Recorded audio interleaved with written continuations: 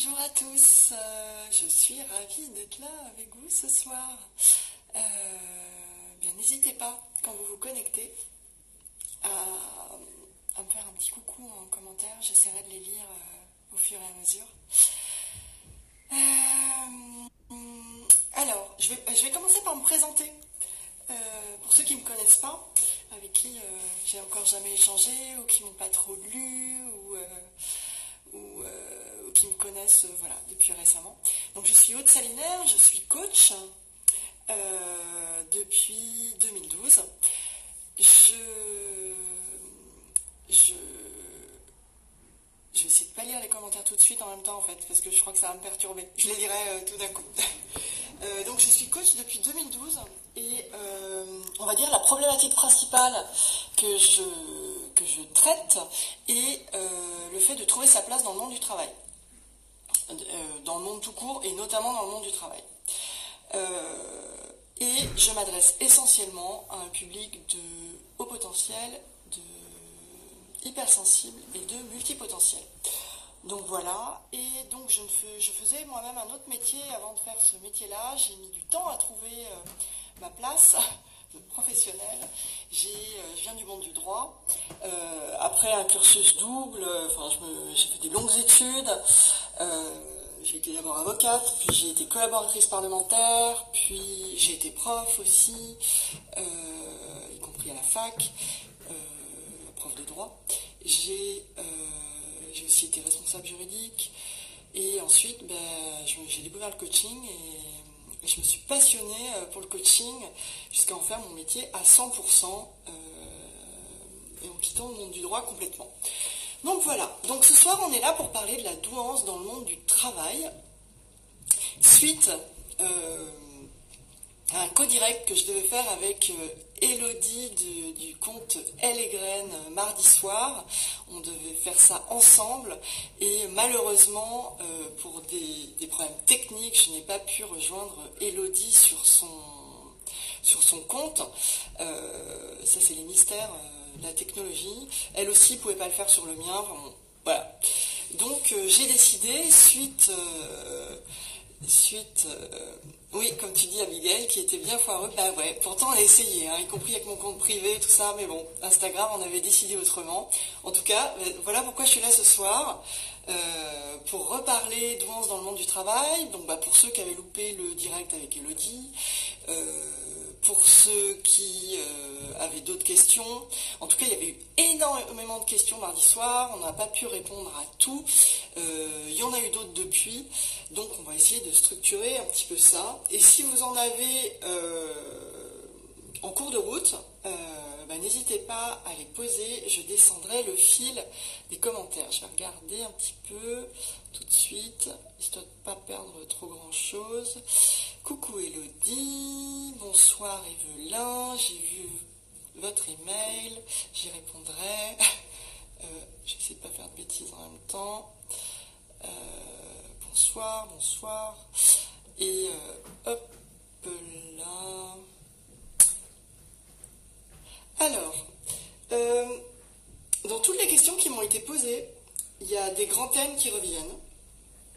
Et j'ai choisi d'abord de parler d'un premier thème qui est le haut potentiel et les métiers. Parce que j'ai pas mal eu de questions autour de est-ce que les hauts potentiels font des métiers particuliers?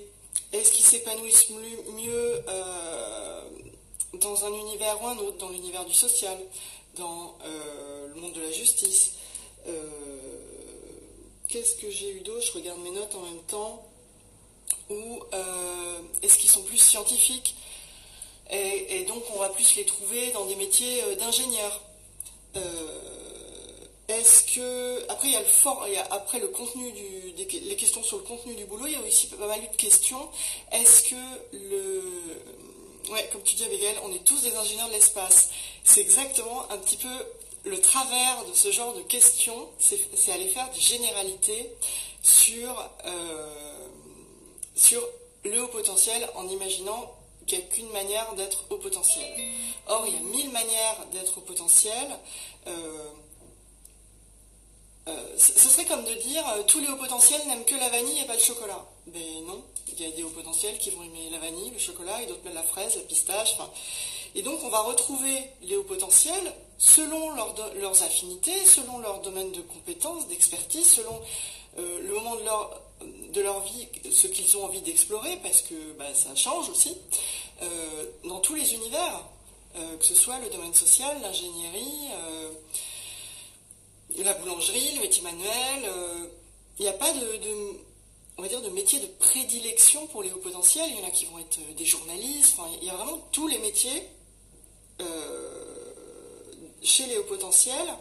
Et après, oui, il y avait aussi des questions sur le format.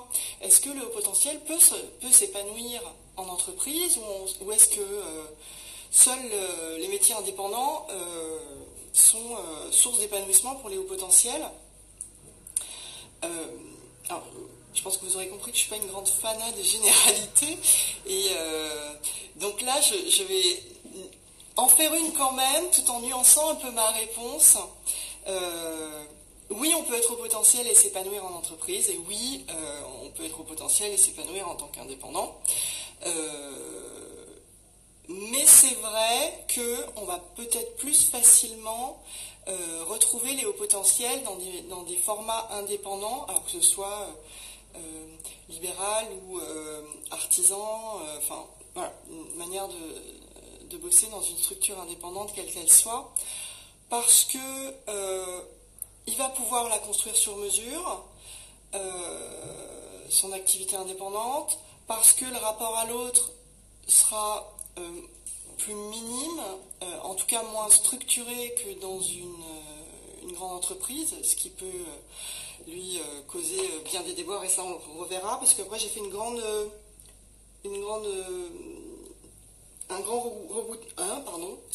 grand regroupement de questions sur les relations, notamment en entreprise, parce que j'ai eu pas mal de questions là-dessus. Donc c'est vrai que dans un format indépendant, on va peut-être plus facilement retrouver des hauts potentiels. Mais tout en se gardant de la généralité, on peut tout à fait être en entreprise et tout à fait s'épanouir comme haut potentiel. Et bien du coup, je vais enchaîner avec justement les relations au travail. Je regarde mes notes en même temps. Ah non, avant, j'avais une super question encore sur les métiers qui était, et qui est transverse à toutes les autres, c'était comment trouver sa voie quand on est au potentiel, et qui est vraiment, pour le coup, là, mon cœur d'expertise, sur lequel j'écris beaucoup, sur lequel j'ai de nombreux accompagnements. Donc, si c'est vraiment votre questionnement, je vous laisse aller parcourir mon fil Instagram, mon site, vous trouverez plein de ressources dans tout ce que j'ai écrit. Et là, pour vous répondre sur cette question, je vous conseillerais tout d'abord d'avoir de la clarté sur le fait que c'est votre objectif aujourd'hui d'aller trouver votre voie professionnelle, et que c'est pas juste une question dans un coin de votre tête. Si c'est vraiment ce que vous voulez, il faut que ce soit très clair pour vous, et il faut que vous y investissiez dans cette recherche-là avec détermination, tant que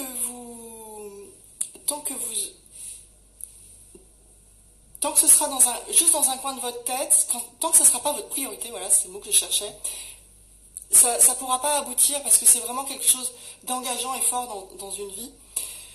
Donc il ne faut pas que tu t'arrêtes en chemin tant que tu n'as pas trouvé la solution à ce questionnement, quand bien même ça doit prendre des mois, voire des années. C'est une décision forte qu'il faut prendre. Tu ne peux pas courir plusieurs lièvres à la fois. J'avais écrit aussi un article là-dessus, et donc je vous invite à lire si vous ne l'avez pas vu. Et derrière aussi le questionnement de trouver sa voie, il y a le questionnement de oh là là, il va falloir me faire un choix. Oui, mais j'aime ci, j'aime ça, j'aime peindre, j'aime faire du journalisme, j'aime construire, je sais pas quoi, enfin, etc. Merci Natacha. Clarté et détermination, exactement. Et donc, la peur du choix. Je pense qu'il faut... Et c'est ce qui empêche d'aller vers le métier dans lequel on peut s'épanouir. Et je pense qu'il faut avoir à l'esprit qu'on n'est pas que son métier, que oui, notre métier, c'est ce qui va nous occuper 8 heures, 9 heures, 10 heures de la journée, mais on n'est pas que ça. On a une vie en dehors, le soir, les week-ends, ou tout dépend comment on organise notre activité professionnelle, et on ne fait pas le même métier toute sa vie aujourd'hui. On peut, mais aussi on peut faire autrement. On peut choisir de faire une activité professionnelle pour 3, pour 5 ans, pour 10 ans. Et du coup, ça dédramatise cette angoisse du choix quand on réfléchit à trouver sa voie. Et l'autre point hyper important dans ce chemin de trouver sa voie professionnelle, c'est de se fixer une limite dans le temps. Ça va vraiment aider à se stimuler pour aller chercher les ressources pour nous permettre de répondre à cette question et de se lancer dans quelque chose. Parce que, encore une fois, si ça reste une recherche parmi d'autres, si on ne la borne pas dans le temps, si on n'en fait pas une priorité, eh ben on la gardera en soi, on n'y trouvera pas de réponse à cette question, ça va grossir, ça va devenir prégnant, ça va devenir une angoisse sourde, je t'attends qu'elle devienne une angoisse massive, alors que ça pourrait être un sujet parmi tant d'autres, et foncez, allez-y, essayez, osez. C'est pareil simple hein, quand je le dis, mais en même temps, il n'y a que comme ça aussi qu'on avance. Trouver sa voie, les métiers particuliers, ça on en a parlé.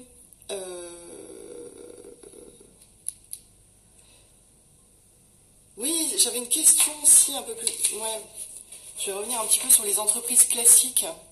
Une question, dans quelle mesure un HP peut-il s'épanouir dans une entreprise classique? Donc encore une fois, question de généralité, donc je pense qu'on peut tout à fait être HP et s'épanouir dans une entreprise classique. Ce que je voulais juste rajouter, c'est que je sens que dans la question, si la personne me la pose, c'est qu'elle n'est pas épanouie, elle, dans son entreprise. Donc le message que j'avais envie de faire passer, c'était qu'elle s'autorise à aller explorer d'autres choses pour trouver, elle, son mode de fonctionnement qui lui convienne spécifiquement, au-delà de la réponse générale, est-ce qu'un HP s'épanouit dans une entreprise classique. Voilà. Est-ce qu'il y a d'autres questions? Impression de papillonner. Ben oui, c'est un peu le propre ça des hauts potentiels. Et j'avais une question justement sur papillonner, ça me fait penser aussi au multipotentiel. J'avais une question qui était, est-ce qu'on peut être, dans la typologie, est-ce qu'on peut être HP et multipotentiel? Oui, bien sûr, mais tous les multipotentiels ne sont pas HP, c'était aussi une des sous-questions. Et donc on peut tout à fait être multipotentiel, c'est-à-dire avoir beaucoup de centres d'intérêt et avoir des difficultés, justement avoir une activité professionnelle épanouissante. Et moi je ne reviendrai pas sur ce que je viens de dire juste précédemment, sur le fait qu'on n'est pas que sa vie professionnelle, donc on peut répartir ses sources d'épanouissement dans son boulot, hors de son boulot, et on peut aussi changer de boulot. On ne fait pas le même toute sa vie, donc ça lève un peu de l'angoisse. Donc oui, on peut tout à fait, j'ai perdu ma question sur les multipotentiels, être multipotentiel et haut potentiel, mais tous les multipotentiels ne sont pas haut potentiel, très loin de là. Et même question sur les hypersensibles. Je dirais que le lien haut potentiel hypersensibilité, je dirais que la majorité des hauts potentiels sont hypersensibles, la très grande majorité. L'inverse n'est pas du tout vrai. La grande majorité des hypersensibles ne sont pas hauts potentiels. Et là, il suffit juste de regarder les statistiques qu'on nous donne, sur lesquelles je m'appuie, hein, que je ne remettrai pas en cause, puisque je n'ai pas la capacité. Il y a environ 2% de haut potentiel, statistiquement, entre 2 et 2,5. Et on estime, donc ça c'est mesuré par un test de QI ou d'autres tests, mais qui vont identifier le haut potentiel. Et l'hypersensibilité fait l'objet, il n'y a pas de test, c'est un autodiagnostic, on se reconnaît ou non dans les signes de l'hypersensibilité, mais on estime qu'il y a 20 à 25% de personnes hypersensibles. Donc vous voyez qu'il y en a un petit peu qui sont au potentiel et le reste sont de l'hypersensibilité. Donc on peut tout à fait être au potentiel hypersensible, oui, à 90, 80 plus %, je ne sais pas exactement, mais en tout cas une très grande majorité, mais l'inverse n'est pas vrai. Voilà. Alors, je vois quelques questions. Evelyn, peur du choix, plus possibilité de faire plein de choses, égale difficulté à choisir. Ouais, très. Mais pourquoi? Pour s'empêcher de s'épanouir, pour... Il y a un saboteur aussi hein, dans le fait de mettre le curseur à l'extérieur de soi ici, dans le fait de passer à côté de sa vie et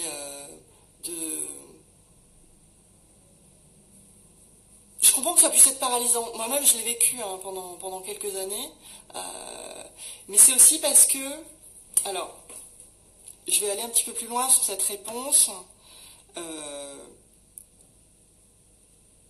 Ce qui permet d'aller identifier, et quand on est multipotentiel, notamment parce qu'on a envie de faire plein de choses, mais on ne sait pas comment les regrouper, et du coup on n'en fait aucune, parce que si on en fait un de choix, ça veut dire qu'on ne choisira pas autre chose, etc. Mais du coup on ne fait rien, alors qu'on a l'impression d'avoir une multitude de choix possibles. On est dans les deux extrêmes. Ce qu'il faut aller chercher là en dessous, c'est son vrai désir. Et quand on est très dans son mental, comme les hauts potentiels le sont, quand on s'est un petit peu perdu en chemin, notamment à travers son faux self, on s'est coupé de son vrai désir. On est dans des fuites qui nous font répondre au faux désir de notre faux self, en fait, au faux désir de nos masques, de la suradaptation à l'environnement, et on le fait inconsciemment. Il y a bien sûr aucun jugement de ma part, et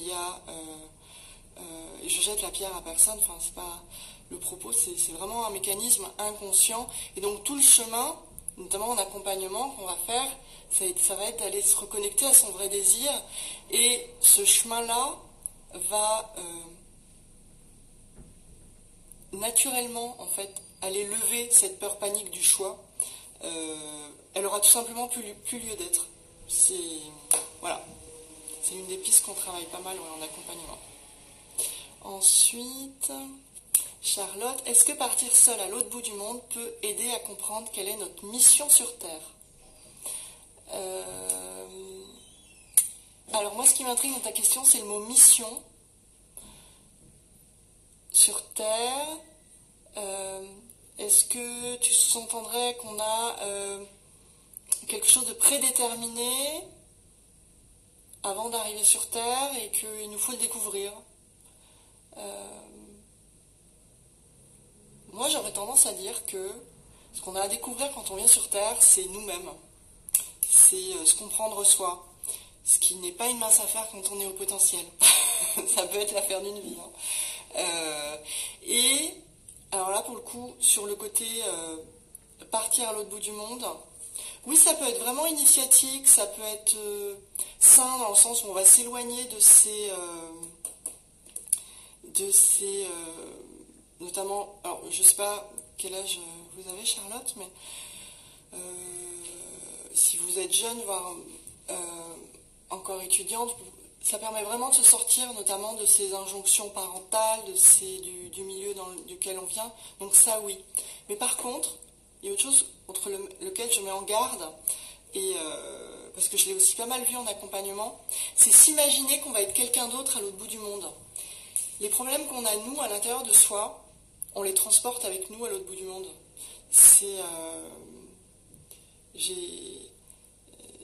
j'ai en mémoire un coaching qui me revient sur... C'était l'un de mes tout premiers coachés, donc quelques années maintenant, qui avait fait ce choix d'aller partir vivre en Australie. Et il me connaissait avant, mais il n'avait jamais été client en coaching, etc. Et au bout de 2 mois en Australie, il m'appelle en me disant je crois que j'ai besoin de ton aide, ça va pas du tout. Je m'imaginais que ça allait être la belle vie en Australie, que ça allait être léger, que j'allais retrouver la confiance en moi, parce que la barrière de la langue, tout ça, que je serais tout seul, que je serais obligé d'aller de l'avant, de rencontrer. Et il me dit mais en fait ben non, j'ai pas plus confiance en moi. Oui, je suis obligée de le faire, mais c'est douloureux. Et ouais, quand on va à l'autre bout du monde, on transporte aussi ses problèmes avec soi. Et voire même ça les met encore plus en lumière. Donc vigilance, pas se leurrer sur ce qu'on va trouver à l'autre bout du monde. Bien avoir de la clarté sur pourquoi on ferait ce voyage, ou ce morceau de vie, ce petit bout de vie loin, et pas l'idéaliser. Voilà, moi c'est ce que je conseillerais. Hop là. Est-ce que le fait d'avoir besoin de l'argument d'autorité d'autrui quand notre auto-argumentation ne nous suffit plus, est-ce forcément signe de manque de confiance en soi ou de dépendance? Ce qu'il y a derrière cette question, c'est la recherche de la validation extérieure. C'est d'aller demander à l'autre qui je suis.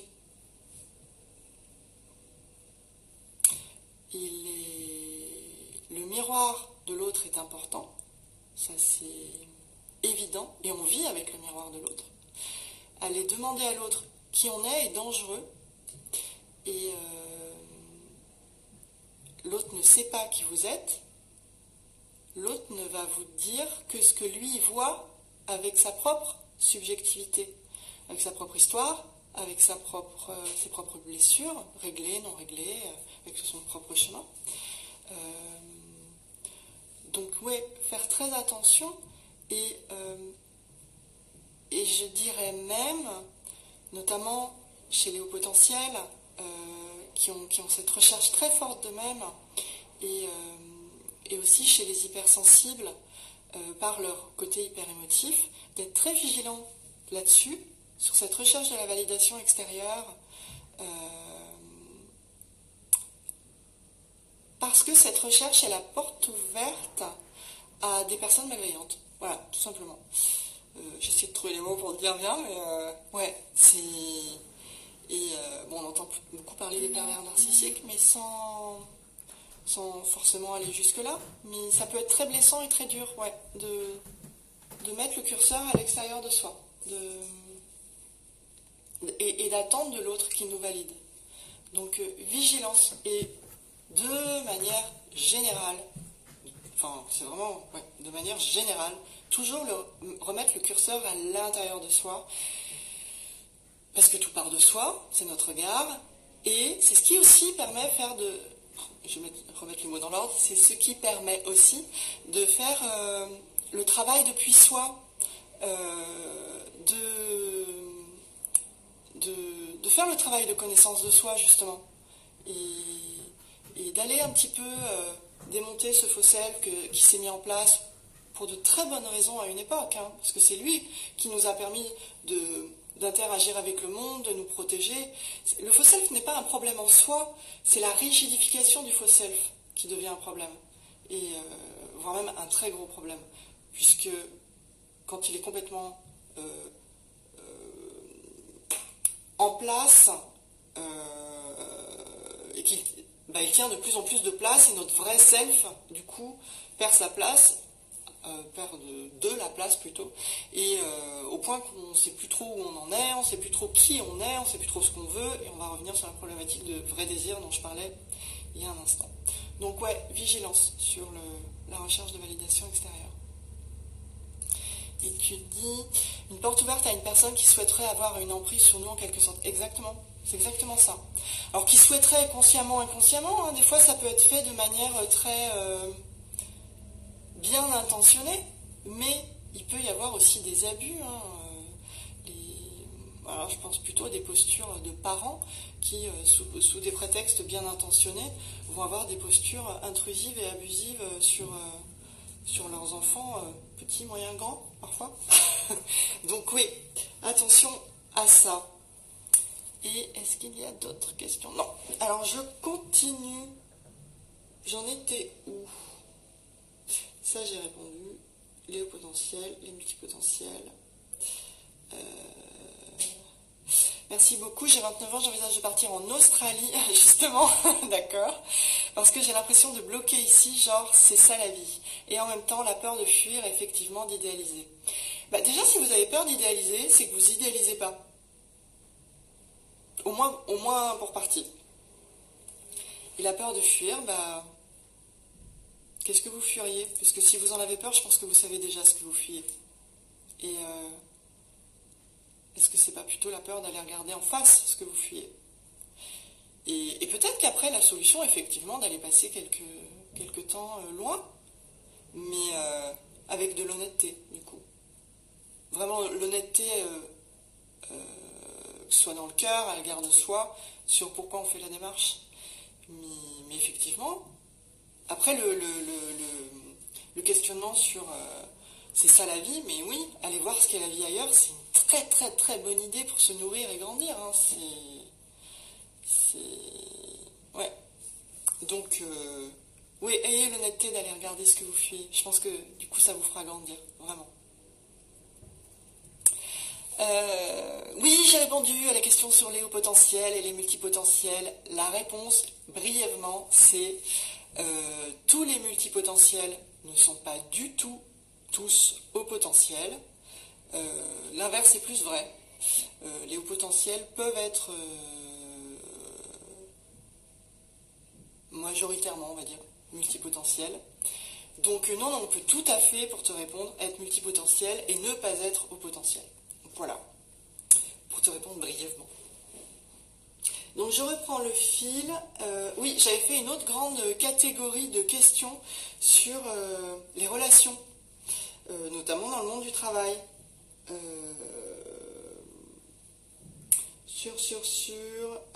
Par laquelle je commence, le rapport à l'autorité. Parce que j'ai eu quelques questions là-dessus. Le conflit avec la hiérarchie, avec l'autorité. Que faire quand on a des dirigeants qui ne sont pas empathiques? Qu'est-ce que j'avais eu d'autre?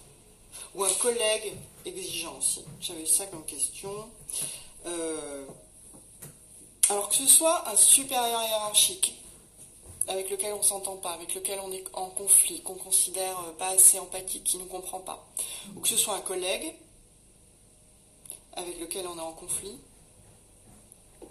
je pense qu'il faut bien garder à l'esprit qu'on ne change pas l'autre.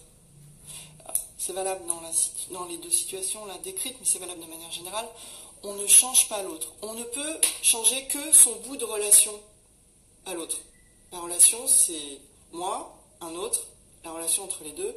On ne peut pas changer l'autre. On peut que changer soi et ce qu'on va émettre dans la relation vers l'autre. Pour arriver à changer la relation, enfin son bout de relation, il y a quelques manières de s'y prendre quand même, et notamment dans le monde du travail avec un collègue ou avec un directeur, c'est tout d'abord de commencer par exprimer les faits. Quels sont les faits? Par exemple, je vais prendre un exemple, ce sera plus facile, un collègue ou un directeur qu'on trouve trop exigeant. Décrire l'exigence dont on parle, sous un plan, mais concrètement, en prenant vraiment les faits bruts, sans les qualifier, sans les colorer avec du ressenti, enfin voilà. Décrire ensuite quel effet cette exigence, ce comportement a. Eh bien, il me rend stressé. Voilà, le décrire de manière factuelle. Décrire que Ça peut être décrire un comportement physique. J'ai la gorge nouée, j'ai mal au ventre, enfin voilà. Et ensuite exprimer après ces deux, après avoir décrit les faits, après avoir décrit les effets de ces faits, d'écrire son ressenti en disant je considère, enfin, je trouve que ton exigence me cause du tort, est contre-productive, mais en disant bien je constate, je considère, je pense que, je trouve, je ressens, et ensuite aller exprimer son besoin à l'autre et lui dire qu'est-ce qu'on attend du coup de lui, de ce collègue qui a des exigences déplacées, de ce collègue qui a des mots, par exemple j'ai une question sur un collègue qui avait des mots déplacés aussi, un langage grossier, enfin ce genre de comportement-là, lui exprimer sa demande. Sinon il l'ignore, il peut pas deviner que son comportement n'est pas acceptable. Après, s'il n'en tient pas compte, mais ça reste son problème. Mais nous, on a fait notre bout de chemin. À nous de nous protéger ensuite. Ouais. Pour le directeur, il dira que c'est pas son problème et que son employé exagère. Mais j'espère qu'il y a d'autres directeurs. Oui, effectivement, il y a des directeurs qui pourront répondre ça. Et je pense que ce seront des très bons clients de coach dans ce cas-là, pour faire du management, pour apprendre un peu le management. Mais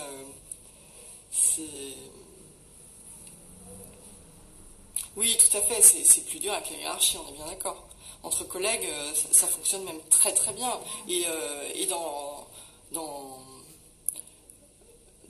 les relations sociales, amicales, dans le couple, ça fonctionne super bien. C'est même magique.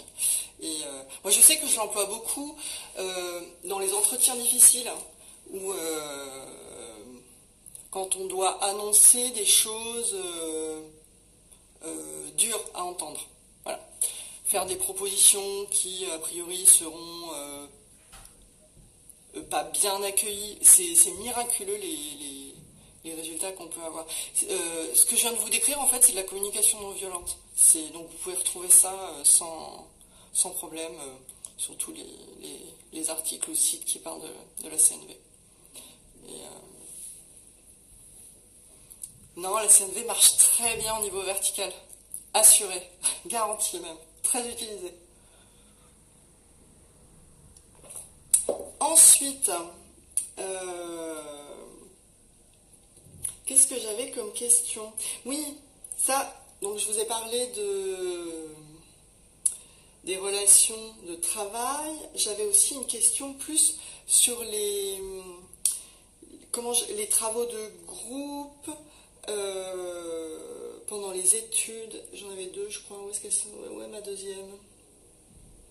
Oui, là, ok. Comment le travail en groupe, le travail en équipe peut être difficile à gérer quand on est au potentiel. C'est effectivement une très bonne question parce qu'on ne sait pas trop comment se positionner, on est dans la suradaptation, on va s'angoisser à l'avance.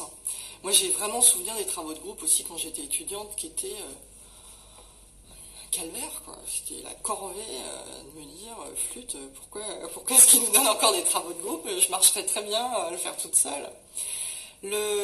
Les conseils que je peux donner sur ce sujet-là, c'est de bien segmenter les parties qui vont être attribuées à l'un ou à l'autre, à chaque membre du groupe, pour retrouver un petit peu d'autonomie dans la sous-partie qui va nous être attribuée. Et après, pour travailler de manière un petit peu plus sur soi, d'aller voir qu'est-ce qui nous pose problème plus précisément dans les travaux de groupe. Et là, je pense que la réponse, elle peut pas être générale, mais elle sera spécifique à chacun. Qu'est-ce qui nous file des angoisses à l'idée de travailler en groupe. Voilà ce que je voulais vous dire là-dessus. Et puis... J'ai eu plusieurs questions aussi sur comment parler du haut potentiel au travail. Est-ce que je le dis? Est-ce que je le dis pas? Comment, et si oui, comment j'en parle? Je pense que la question qui est importante de se poser ici, c'est de savoir pourquoi on veut en parler. Qu'est-ce qu'il est important pour nous dans ce questionnement-là Ton oula veut dire quoi, Élodie? Ouais. Qu'est-ce qu'il est important pour nous dans le fait d'en parler? Est-ce qu'on cherche une reconnaissance d'une différence et qu'on soit pris en compte différemment? Pas sûr que ce soit la meilleure des idées, pour l'intégration en tout cas. Quel est notre besoin? Voilà. Quel est notre besoin? Et d'aller creuser ça pour savoir vraiment qu'est-ce qu'on veut obtenir en parlant. Et après, j'avais quelques questions aussi sur comment en parler. Comment ne pas complexifier ça? Tu me dis, sujet impossible à poser selon moi. Au travail ou de manière personnelle? Au travail, mais moi je pense qu'il est pas du tout nécessaire Enfin, alors là, je vais plus parler de conviction personnelle parce que je pense qu'on ne peut pas du tout faire généralité, mais qu'il n'est pas du tout nécessaire d'en parler. Parce qu'encore une fois, qu'est-ce qu'on cherche en parlant? Si on cherche à montrer qu'on est quelqu'un qui gère super rapidement les choses, disons, oui, on dit ça, ouais, au travail, ok. Eh bien, on n'a qu'à dire qu'on est super rapide à traiter plein de choses, on n'a qu'à dire qu'on est multitâche, dire qu'on est haut potentiel et pas très signifiant, c'est ça que je veux dire. Et en plus, avec tous les biais, les idées reçues qu'il y a autour du haut potentiel, mais aller chercher, qu'est-ce qu'on a besoin d'exprimer réellement quand on veut dire qu'on est haut potentiel. Donc voilà, ça peut être la rapidité, ça peut être le côté multitâche, ça peut être le côté je m'ennuie très vite. Donc faire comprendre qu'on aime la variété et aller être proactif, aller chercher d'autres dossiers, aller chercher d'autres tâches, proposer des nouveautés, des nouvelles activités, nouveaux services, etc. Donc bien identifier le besoin qu'il y a derrière et ensuite surtout ne pas complexifier. On a l'art de complexifier quand on est au potentiel. Simplifier, dire les choses avec des mots simples, vraiment. Les gens voient déjà nos capacités. C'est de la projection, ça. Non. Les gens ne voient pas nos capacités. C'est s'imaginer... J'appelle ça un petit peu le complexe de la Belle au bois dormant, moi. C'est attendre que l'autre reconnaisse ce qui est en nous. Attendre que l'autre reconnaisse que chez nous, ça pédale vachement vite dans notre cerveau, qu'on comprend plein de trucs, qu'on aime faire plein de trucs, qu'on s'intéresse à 1000 sujets et qu'on kiffe faire ça. Non, faut le dire à l'autre. L'autre, il est lui-même dans sa propre intériorité, avec ses propres questionnements. Il ne peut pas deviner ce qu'il y a à l'intérieur de nous, il ne peut pas deviner nos besoins. Donc, il faut dire ce qu'on veut, de manière simple. Et ce qui, nous, ou soit, nécessite de faire le travail, de savoir ce qu'on veut. Plus on sera clair, nous, plus on pourra l'exprimer clairement, et plus l'autre pourra y répondre, de manière simple. Voilà.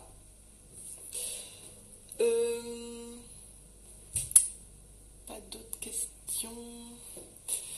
Ah si, dans le cas où le HP supplémente une autre neuroatypie, cela serait peut-être utile, voire indispensable dans les cas. Quelle est ta question?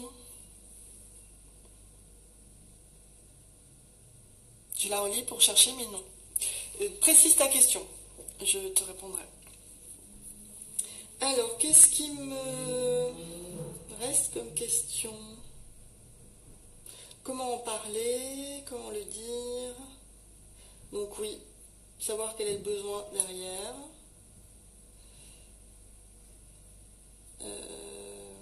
Ah, j'avais une belle question de vrai au potentiel, ça.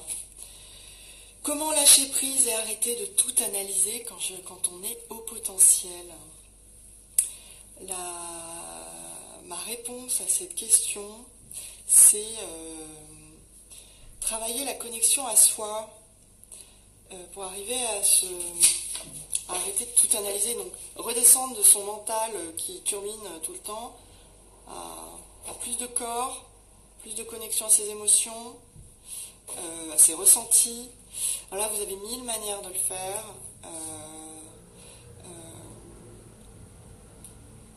Ce qui permettra de moins alimenter le mental et les angoisses. Parce que l'angoisse est une création du mental déconnectée de la réalité. Donc ça peut être, oui, la méditation, pour ceux qui aiment, mais c'est pas une obligation, même si ça marche très bien sur pas mal de monde. Mais c'est vrai que chez les hauts potentiels, alors, chez les hauts potentiels, ça marche pas mal. Le seul warning que je mettrais là, c'est si vous avez des traits dépressifs. Ça peut mettre encore plus de sombre, la méditation. Donc n'allez pas trop fort sur la méditation si vous avez des tendances à la dépression. Dans ce cas-là, allez dans la nature, quelle qu'elle soit, sur une plage, dans une forêt, même dans un parc si vous êtes en ville. Marchez à pied, en ville, à la campagne, encore mieux, à la montagne. Marcher. Tout ce qui est marcher en pleine conscience, c'est encore mieux. Tout ce qui est expression artistique, de quelque manière qu'elle soit, que ce soit écrire, coudre, cuisiner, ça fait redescendre dans le corps, ça fait se reconnecter à ses émotions, ça fait se reconnecter à son vrai soi, ça fait lâcher un peu ce mental en surchauffe et tout le temps où le mental ne va plus être dans cette suranalyse, enfin en tout cas où nous allons être connectés à d'autres choses plus corporelles, plus émotionnelles, et bien le mental ne sera pas dans cette suranalyse et ça lui permettra un peu de souffler et de lâcher prise. Voilà pour cette question. J'ai vu pas mal de commentaires défiler. Je reprends. Pour moi, l'entreprise, c'est le bal masqué. Je suis hyper productive, je travaille en musique et je communique un minimum. Ok, mais t'as trouvé ton mode de fonctionnement. C'est vrai que vivre les casques dans les entreprises, hein, c'est vrai que c'est quelque chose qui marche pas mal pour arriver à s'isoler un peu. Et c'était pas une question, mais plutôt une remarque. Alors attends, je remonte. Je suis pas sûre d'avoir tout saisi du coup. Qu'est-ce qui se passe? Qu'est-ce qui me fait là? Ok. Ouais, je peux plus. Ah si. Si, c'est bon. Dans le cas où le HP supplémente une autre neuroatypie, cela... Alors c'est quoi le cela? Cela serait peut-être utile, voire indispensable dans les cas. Oui, ça reste encore un peu mystérieux pour moi. Désolée. Oui, méditer. En fait, comment se reconnaître et ne pas aller chercher à l'extérieur ce qu'il y a à l'intérieur? La réponse est dans la question. Oui, je fais de l'ironie aussi, beaucoup. Qu'est-ce qui t'empêche d'aller à l'intérieur?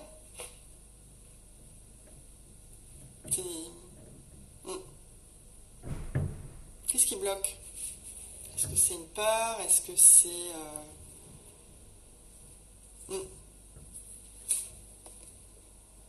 Mon directeur de thèse m'a écrasé et pas écouté mes idées, du coup ça m'a braqué et j'arrive pas à me motiver pour la rédaction. Vous avez des conseils?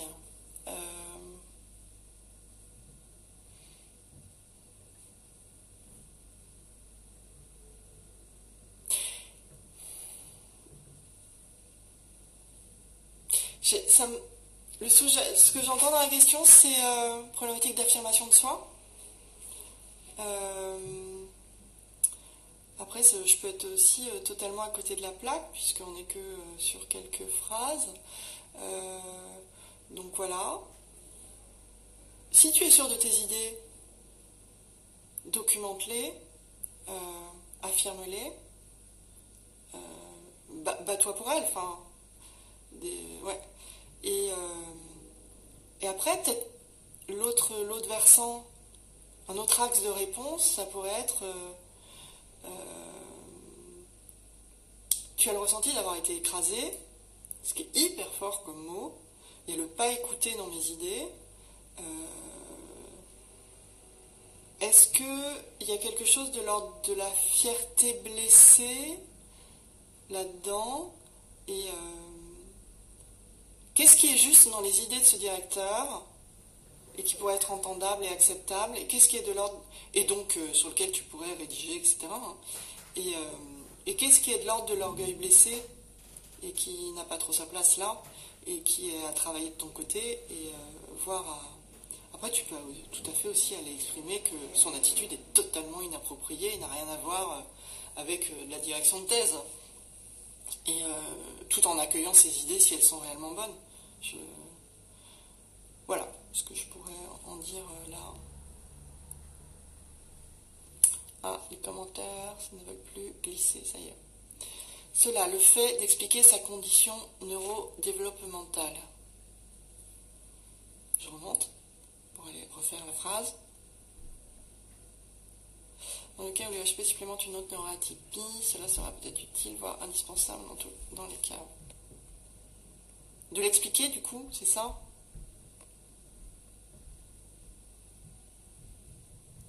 Ça reste un peu mystérieux. Je passais énormément de temps à écouter des vidéos YouTube et podcasts tous les jours, même en travaillant. Je le ressens comme un besoin. Penses-tu que c'est une fuite ou une forte activité mentale? Les deux. Moi aussi, j'écoute énormément. Alors plutôt des podcasts, c'est quelque chose que j'aime, c'est un format que j'adore. Il y a clairement des jours où c'est de la fuite. C'est parce que j'ai pas envie de me mettre à bosser quelque chose.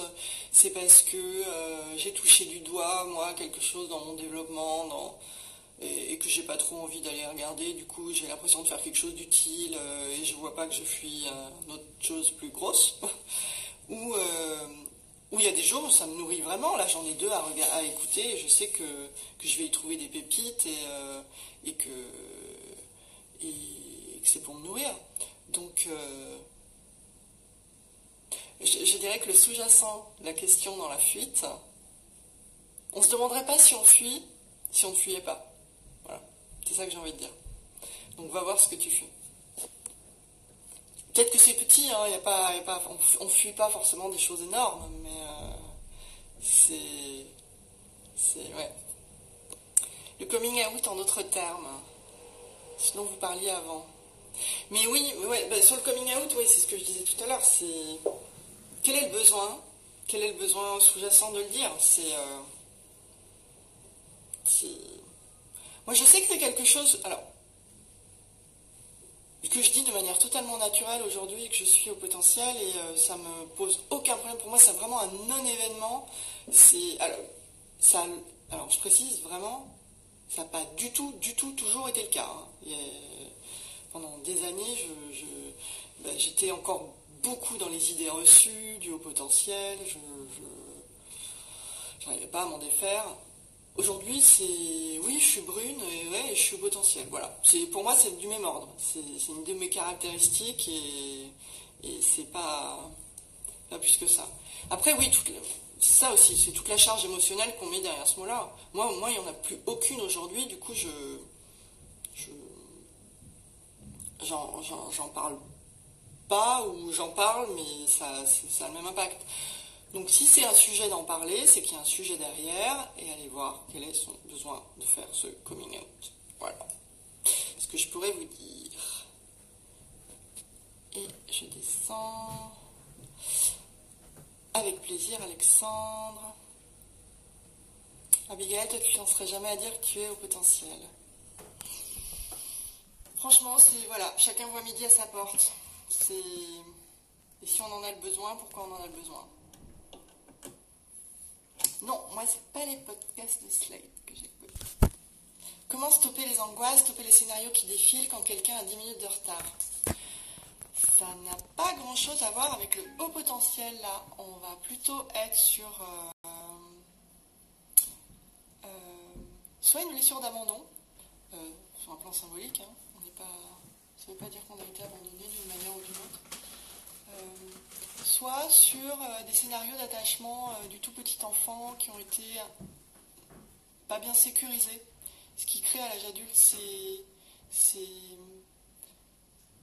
ces comportements qui reviennent à de l'abandon, mais qui vont pas forcément taper sur une blessure d'abandon quand on est enfant. C'est ça que je veux dire. Comment les stopper? Alors ça va être dur évidemment de répondre à ça en quelques minutes et de manière générale. Mais c'est se sécuriser soi en tant qu'adulte. Et l'angoisse, elle vient souvent chercher quelque chose de l'enfant. L'adulte, il va avoir des peurs si c'est en live, hein. Enfin, si c'est dans sa vie d'adulte, on a peur de se faire renverser par le bus qui arrive trop vite. Voilà, ça c'est une peur. L'angoisse, c'est quelque chose qui vient chercher quelque chose d'irrésolu chez l'enfant. Et alors il y a tout le travail sur l'enfant intérieur qui peut être vraiment super intéressant et qu'on peut faire seul, hein. On n'est pas obligé d'être accompagné, même si ça peut être plus pertinent ou plus rapide de le faire. Moi je recommanderais le livre Prendre soin de l'enfant intérieur de Thich Nhat Hanh, le moine vietnamien qui vit en France. Il est en poche, il coûte 5-6 euros. C'est un super bouquin pour commencer à travailler l'enfant intérieur, et ça va vraiment, vraiment ensuite aller apaiser ces angoisses, notamment d'abandon qu'on a plus tard. Comment stopper la phobie scolaire? Alors là, ça va être en dehors de mon domaine de compétence, je suis désolée. Je n'ai dans ma clientèle que des adultes. Donc tout ce qui est phobie scolaire, je ne connais pas trop, désolée. Le besoin que l'autre ne soit pas blessé ou contrarié par un comportement qu'il qualifierait sûrement, car sans grille de lecture. Mais oui. Et après, à charge à nous de lui expliquer aussi. Il ne peut pas deviner quelque chose qu'il ignore. Donc à nous d'être dans la pédagogie et d'être dans le non-jugement aussi de ce qu'est un haut potentiel. On est les meilleurs porte-parole de ce qu'on est. Donc autant en parler avec des mots justes et clairs et pour faire passer le message de la meilleure manière qui soit. Mais encore une fois, aller chercher le besoin qu'il y a derrière le fait de vouloir en parler. Et voilà, dernière question.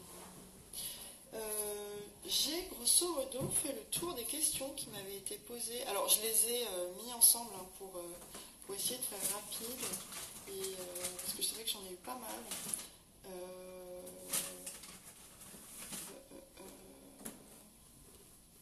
Ah si, j'en ai encore deux, oui. Sur l'ennui, grand sujet du haut potentiel, l'ennui au travail. Allez, parce que ouais, je vois que j'arrive au bout d'une heure. Dernier sujet ensemble de questions auxquelles je n'avais pas répondu. Comment ne pas s'ennuyer rapidement? Comment être toujours enthousiaste après quelques années? Alors déjà, si on pose cette question, c'est qu'on ne l'est plus. Parce que sinon, on ne se la poserait pas. Je pense qu'il faut regarder la raison pour laquelle on ne l'est plus aujourd'hui. Est-ce que c'est parce que réellement on s'ennuie? Est-ce que c'est parce qu'on joue un rôle où là on est dans son faux self, du coup pas connecté à son vrai désir et à alimenter le désir des autres en fait quelque part, hein, de correspondre à un masque, à des parents, à un rôle d'employé tel ou tel. Est-ce qu'on s'ennuie ou est-ce qu'on n'est plus enthousiaste dans son métier parce qu'on vit des relations difficiles au travail? Est-ce qu'on a un supérieur qui nous brime, ce genre de choses? Donc ouais, aller chercher la raison pour laquelle on ne l'est plus. Est-ce que c'est réellement de l'ordre du sens et de l'ennui? Est-ce que c'est parce qu'on est dans notre faux self? Ou bien est-ce que ça peut être relationnel au boulot? Et selon la raison, aller travailler ce qu'il y a à travailler faire renaître l'enthousiasme. Donc ça va pouvoir être améliorer sa communication, aller dire ce qui ne va pas, pour refaire renaître l'enthousiasme, si c'est de l'ordre des relations, ou bien si c'est de l'ordre de l'ennui, et aller se reconnecter à soi, travailler ce qui nous motiverait réellement. Et alors là, pour le coup, c'est vraiment ce que je travaille ça en accompagnement, beaucoup, hein, d'aller chercher ce qu'on aime vraiment et de le mettre en musique, même si c'est plusieurs choses ensemble, puisque je travaille vraiment avec cette spécificité-là de construire des projets professionnels sur mesure pour des gens qui aiment plein de choses et qui vivent 100 à l'heure dans leur tête et dans leur vie. Et donc voilà, c'était la dernière question. Je vois que j'arrive au bout d'une heure à peu près. Je pense que j'ai bien assez parlé. En tout cas, si vous avez d'autres questions, vous pouvez m'envoyer un MP, j'y réponds. Je suis ravie d'avoir fait ce direct. D'habitude, je l'ai fait sur Facebook. C'est le premier que je fais sur Instagram et j'aime vraiment. Je trouve ça hyper fluide. Et alors, je vais essayer d'extraire cette vidéo. J'espère y arriver. Moi et la technique. Et je la mettrai sur ma chaîne YouTube. Donc, elle sera visible là. Et puis, de toute façon, je vais la mettre en story. Donc, elle sera normalement visible au moins 24 heures. Je crois que ça marche comme ça. En tout cas, merci à vous. Merci pour vos questions. Merci pour votre participation. Je trouve ça super chouette, moi, d'échanger. Et puis, je vous souhaite une très belle soirée, un très bon week-end. Et je vous dis à bientôt.